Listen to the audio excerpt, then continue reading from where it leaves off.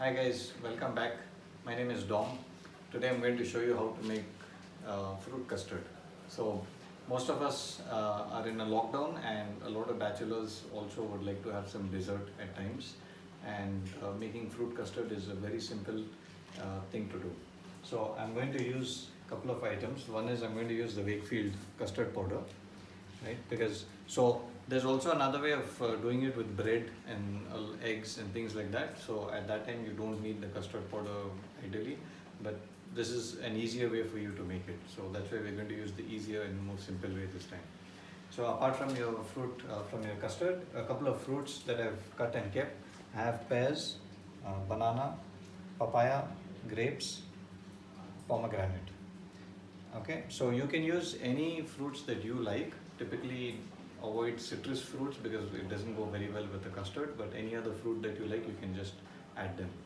The quantity that I've used is ideally we're going to use half liter of milk and 3 spoons of custard powder and 3 tablespoons of sugar, right? So based on the half liter quantity, you can probably use, you don't need a full pomegranate, you just need a handful of it, and a couple of big pieces of papaya, 1 or 2 bananas, 1 pear, and about 50 grams of grapes. That should be fine, right?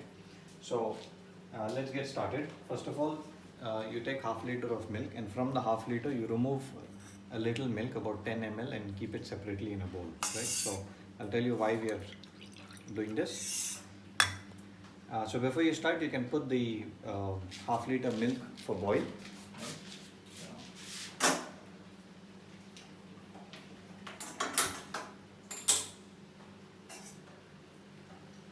Right, so while the milk is boiling, what you then want to do is you want to take 3 tablespoons of the custard powder.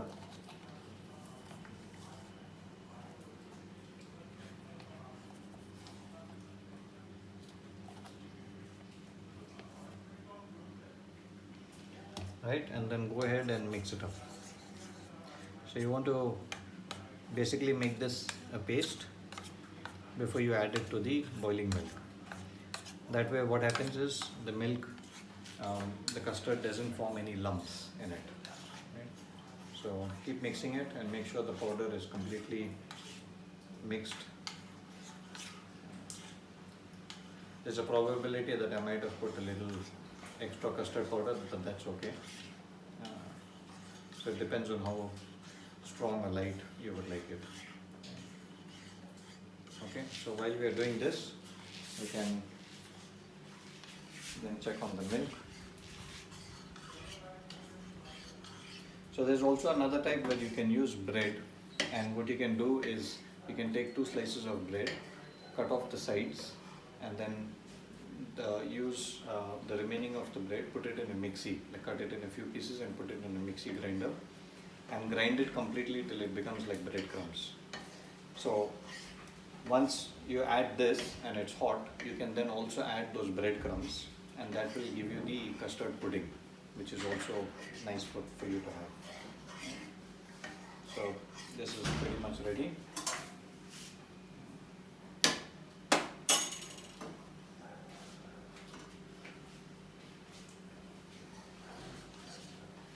Okay, so once the milk starts to come to a boil, you want to add this portion into it slowly, and as you're doing that, you want to keep stirring.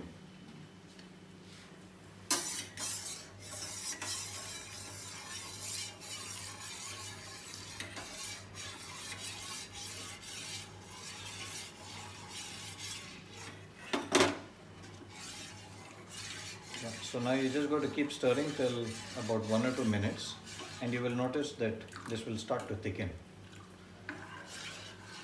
And you should remember to keep stirring, because if you don't, then there's a very high chance that it will form lumps in it. And once it starts to thicken a little, that's pretty much it. You then just need to take it off. Right? So while this is boiling, I will add sugar in it.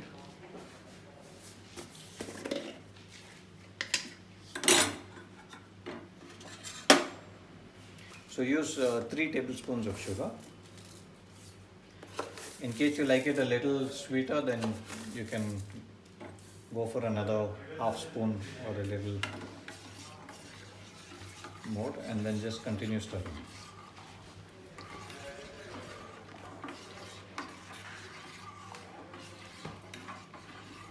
Yeah, so once you get a little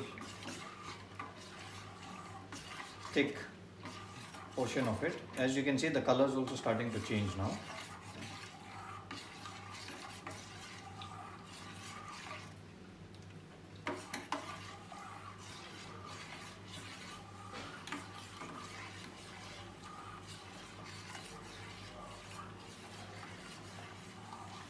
Okay, so this is pretty much done,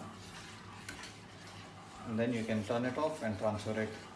So now what I've done is I've already made a separate batch, because if I have to leave it to cool down, then I wouldn't be able to show you how to add the fruit. So I've already made a separate batch prior to this, and I'll show you how you can add the fruits once the portion is cooled down. Right? Okay. So this is the batch which I've already done. So once it's cooled down, this is pretty much what you would get, right? Then what you do is you just take off with the spoon, you just rub the sides because it would have got stuck a little, right? This is your custard, right? So to this, you can go ahead and add, depends on how many fruits you like in it, you can go ahead and add.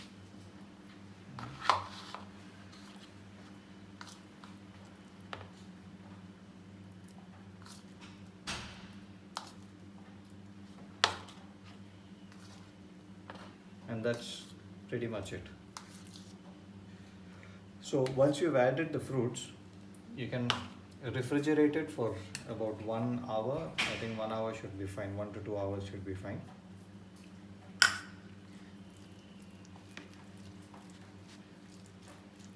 And then it tastes best when it's chilled.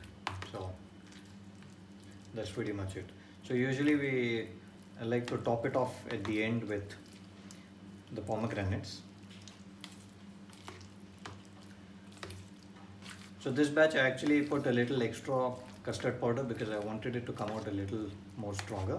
So that's why you can see the texture is a little more thicker than usual, right?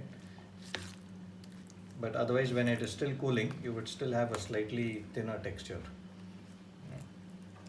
So this is it, and you can top it off with